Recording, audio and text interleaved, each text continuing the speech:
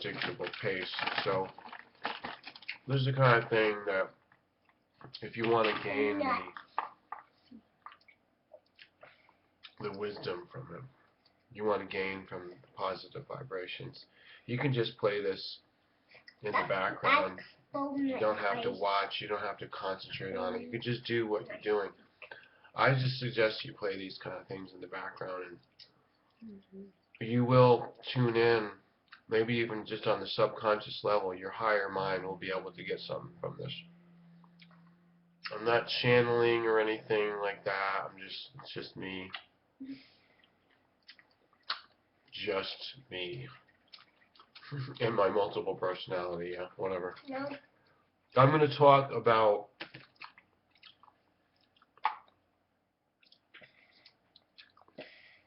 life. I mean, let's talk about the premise. Here's the thing that really got me thinking. Elon Musk.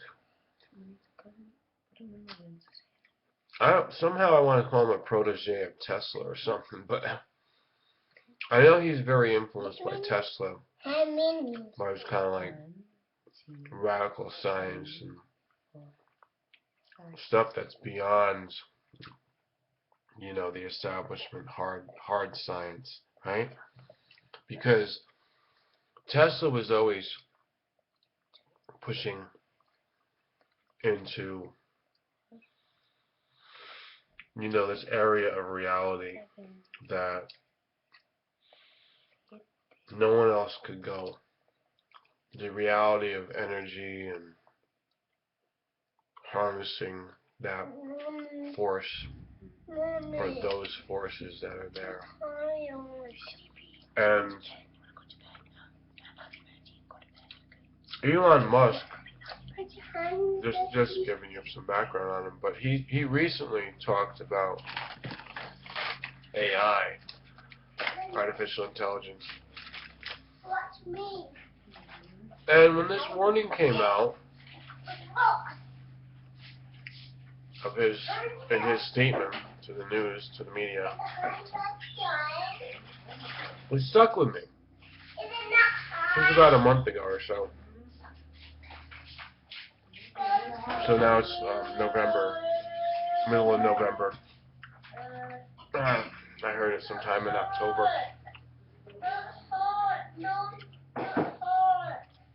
I've been mulling it over.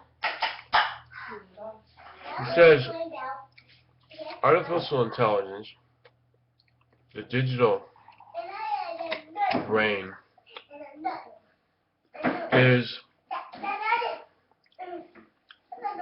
a serious danger.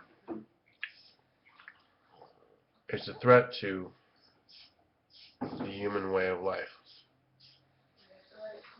So, because it's a threat, you know, he has to give some kind of an indication of how to confront this, how to circumvent it, or almost like prevent the. Oh wait, what's going on here? Why are you taking away that tea and giving me this tea? Because you didn't like this tea. You didn't like Tulsi for the rose. So this one is a. No, actually, because you gave me that Tulsi, and that was When it had raspberry. That's expensive. You said $6 a box or something. If you buy it in the box, you can also buy it in the No, box. I said I didn't want the expensive tea. You need to. I said raspberry leaf, and you put Tulsi. No, it was raspberry leaf with Tulsi. Now what are you giving me? Because I just flavored the raspberry leaf. What is this one? What is this one? That one's a honey bear chamomile. Yeah, if it really is. I don't like it when people mix too many herbs. It's like mixing the nuts. I do that. I mix all this. It's not the greatest idea. Two nuts at maximum. The nuts are already mixed. You don't need to mix them. Artificial intelligence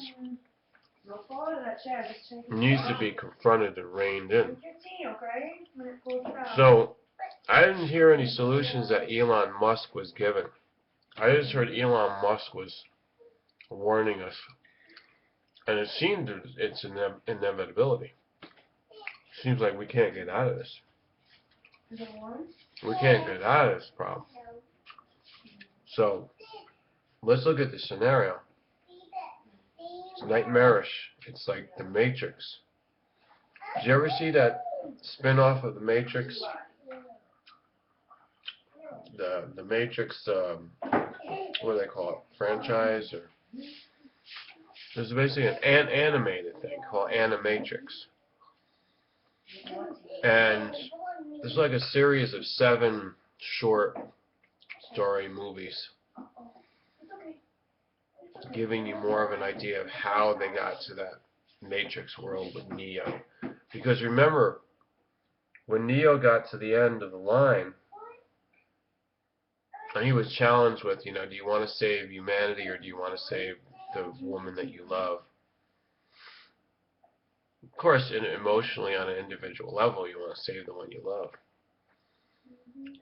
I think that would be the right choice because you're more focused. It has more meaning to you. How can you save all of humanity? I think that was the thing at the conclusion of the movie. But anyhow, in that same sequence where you meet with the architect of the Matrix, you learn that there have been 6 other times that the One has made their way, the revolutionary, movement to discover the architect and fight against it, just work its way out of the system. And so they're saying there's a history of it, and when that happens and they have to wipe the system clean and recreate it without these flaws so that the One cannot rise up, but they can predict that the One will come up. It's like a prophecy. It's inevitability. So the Animatrix was exploring this principle in the storyline, or you could say this theme, this premise. And they show how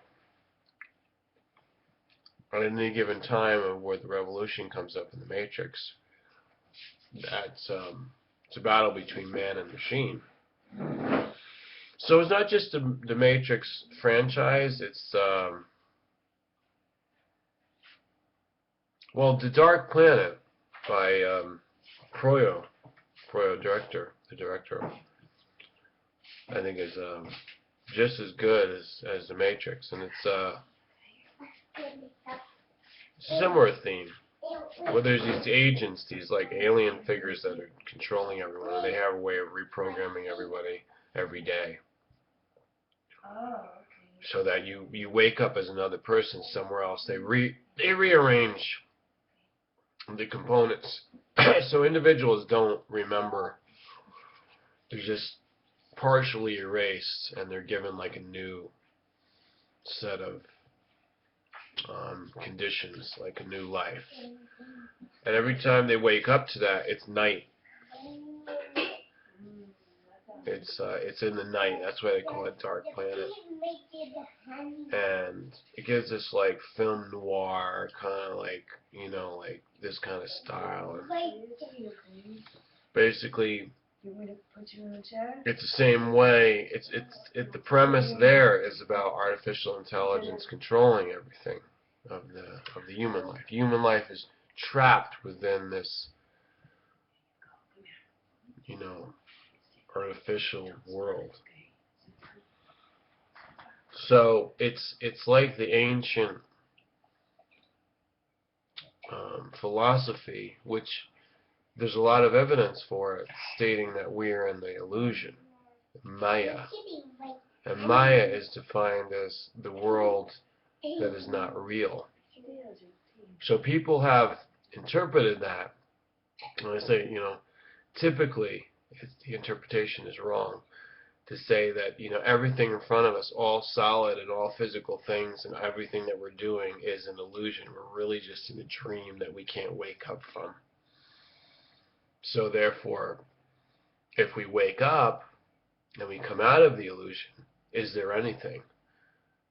Does life or existence actually exist? Do we have a life outside of the illusion, the Maya? And in the Matrix, remember the evil guy in the first movie who was against Neo was given a deal by the agent, turn him in, set a trap for Neo, because Neo and Trinity and Morpheus. And this evil, devious character, which is he's a double agent, is given a deal that says, not take the red pill, take the blue pill. So if you take the blue pill, you will go back to sleep. And they say, he's going to eat a sirloin steak or whatever. He's going to have like this luxurious meal, and it's all an illusion. But he says, who cares? Don't wake me up from that illusion. Just let me experience this fake artificial thing. But don't let me know it's fake. So the nonsense of that, this is completely ludicrous. Is that to reverse it, to go from the red pill and being aware of things and then have your mind erased? It's like a lobotomy. You go back to, I feel like I just had the blue pill. Well, when you have the blue pill,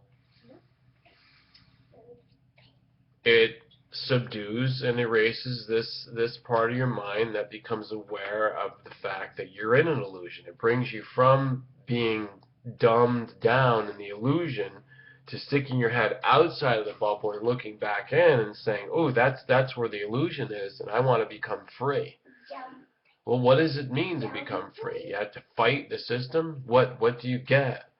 So this is a valid question, and that we have to go through this. You have to be very familiar with the entire premise and set of rules of thinking to get through this.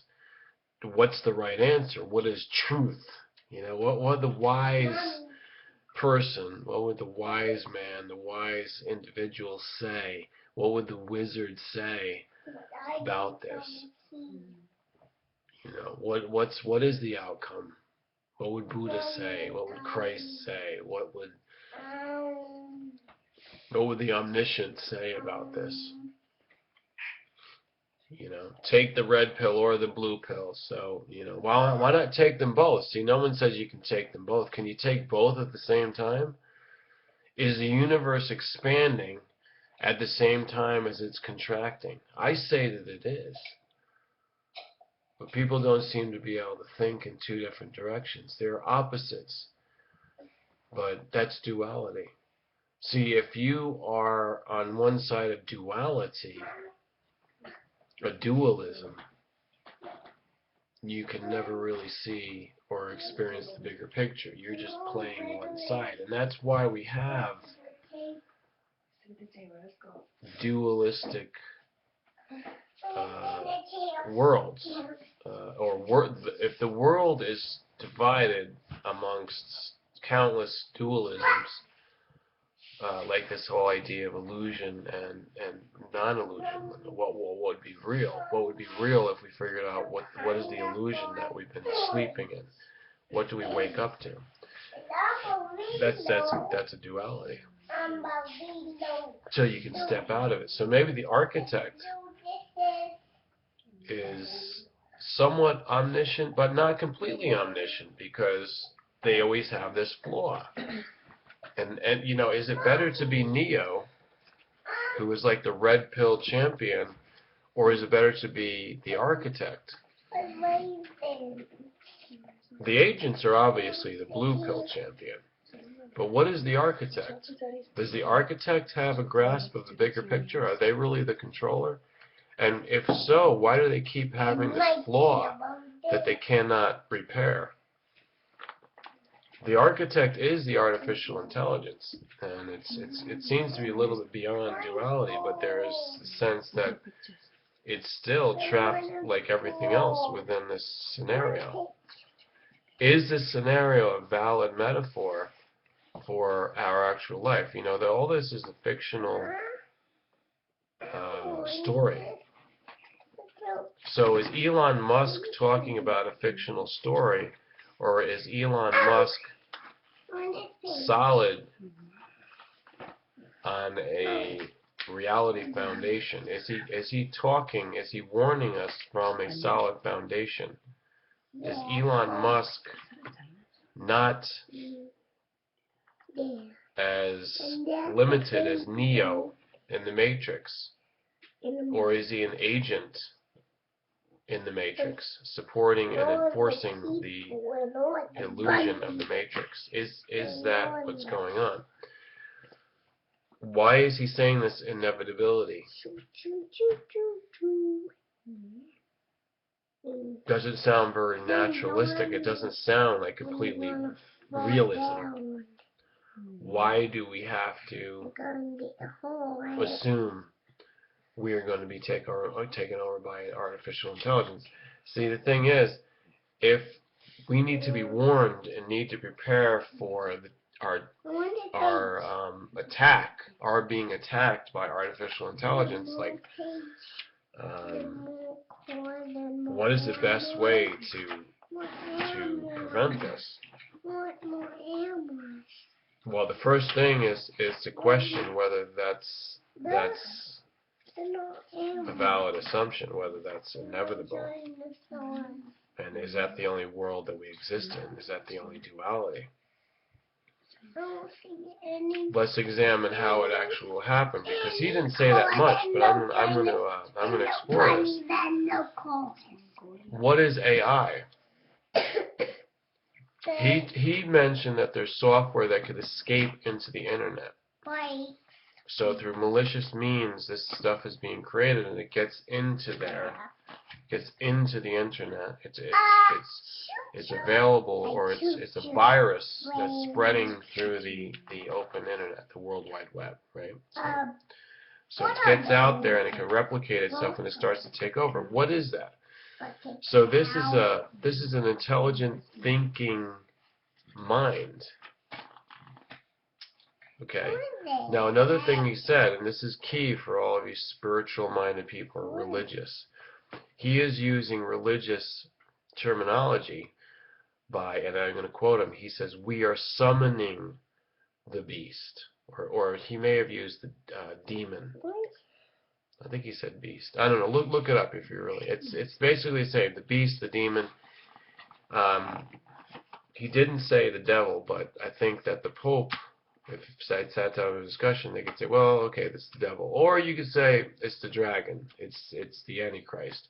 So there's 5 different random terms there. Gosh, I wish I was sure exactly what his quote was, so we have like the factual starting point. I'm almost 100% sure he said summoning the beast. So we have the beast, we have demons or demonic, we have the devil, which another term, a 6th term I can add in here is Satan. And then so with Satan there's always a 7th term, Lucifer. What is their relationship? They're not exactly the same. And then there's the idea that it's the Antichrist against Christ, or does it really mean Antichrist? It follows after Christ. After is and the meaning of anti. Or the last one comes from Revelation, and also Rudolf Steiner talks quite a bit about it, is the dragon. Speaking blasphemies. It's given the power to speak. It's an image. Beast is an image. Dragon. That dragon. Not all dragons, but that dragon that's in Revelation, in the biblical scenario. What is that number? The Armageddon. So we have all this kind of connotation from Elon Musk's warning. He's describing what artificial intelligence is, and I think that is accurate, because I've always said that the Bible must be talking about some future which we've come to now. It's the present. There is an artificial thing that's being created that is now able to speak. Not only that, if you speak, you're able to think. It is a reference that is given to us. It's been predicted since biblical times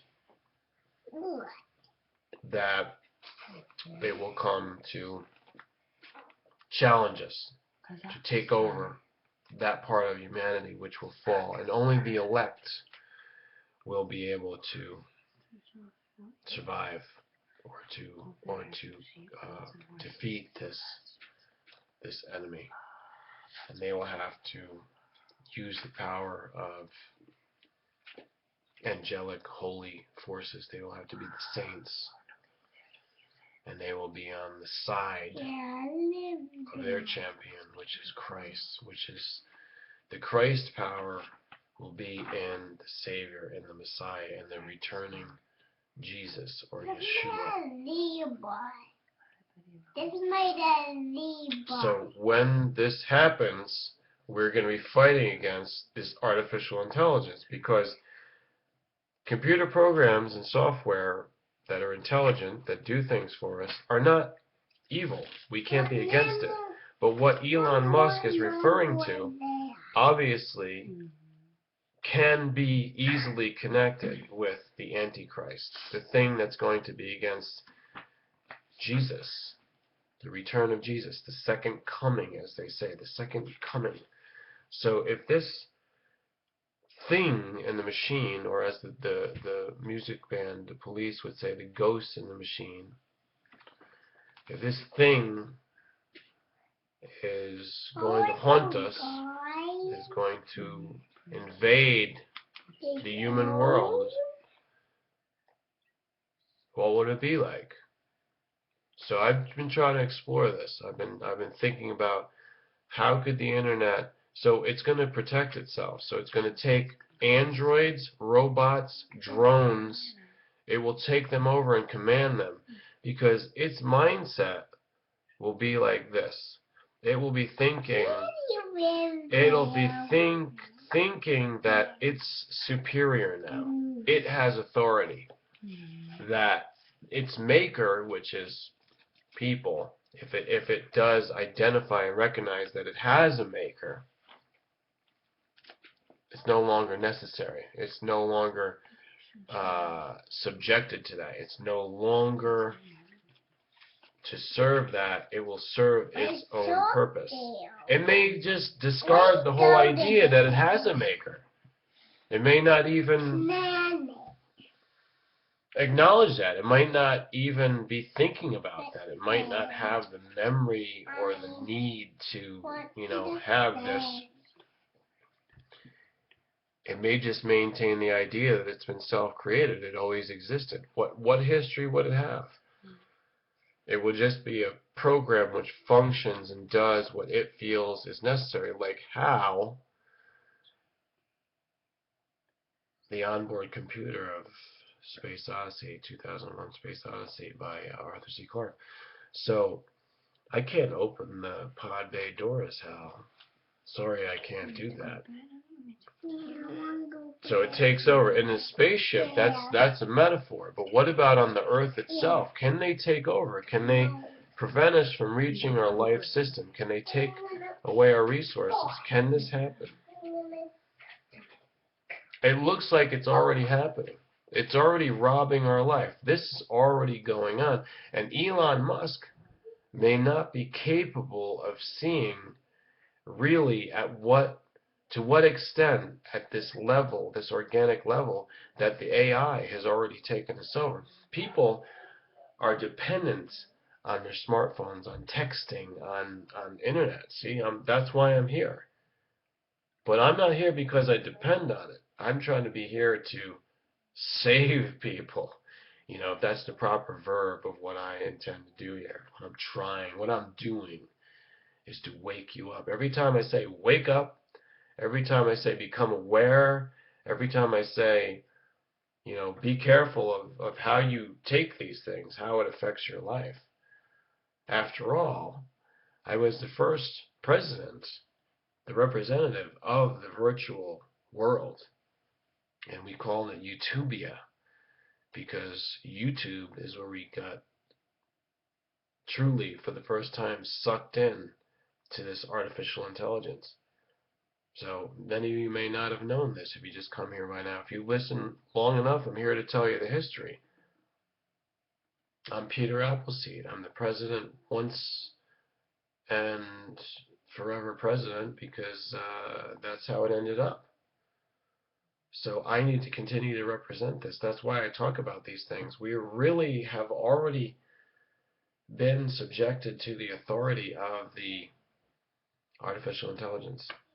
We've already, to some extent, been taken over by it.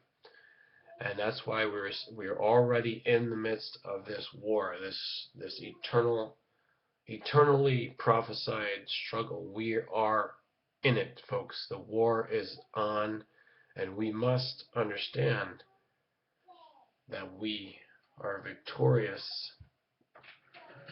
Inevitably, it will be a struggle within our lifetime.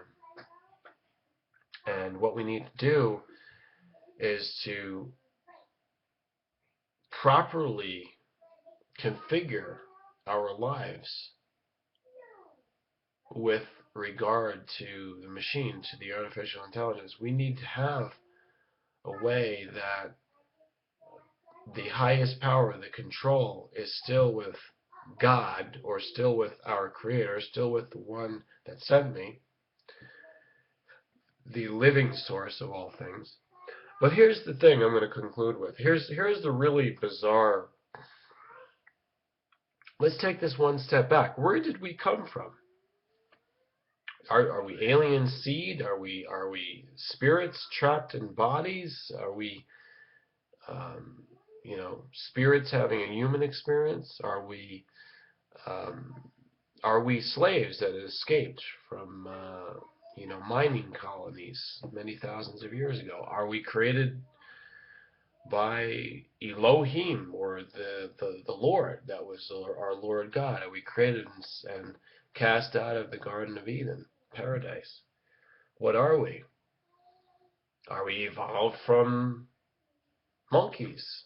Are the Europeans evolved from Neanderthals, or Cro-Magnon man, or Australopithecus, or is this evolutionary idea of the anthropologist?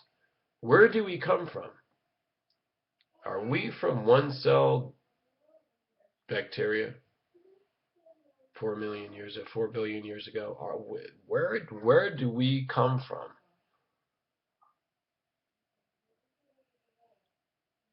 Are we reptilian inside because there's a reptile brain in there, the medulla inside the cerebellum, the cerebrum? Cerebral? Here's what I want to say about this. We must have been created at some point.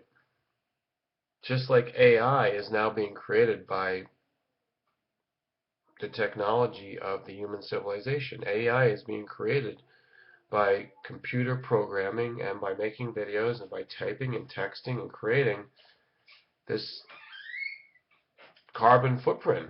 The data is also part of the carbon footprint. It's the carbon footprint. We use electricity. It's in the internet. It's in the matrix. It's all recorded there. It's cloud storage. So we're creating this. And it's being programmed. All this stuff is being organized.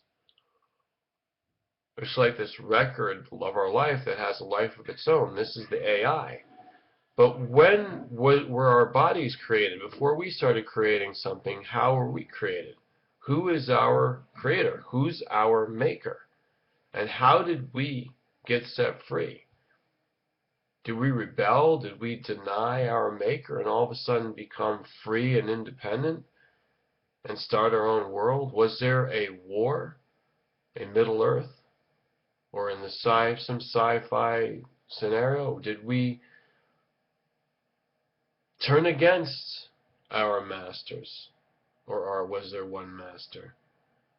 Are we just are we another form of artificial intelligence in the first place? A long time ago I read a book, you can look it up, it's just a basic premise. I don't think they went into all this kind of stuff, but it was a part of my thinking when I was a child.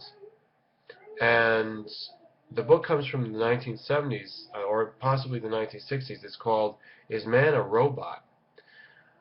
I became very fascinated with this more than 40 years ago, and I keep thinking about it. It's such a long-term analysis of reality. So we've entered the twilight.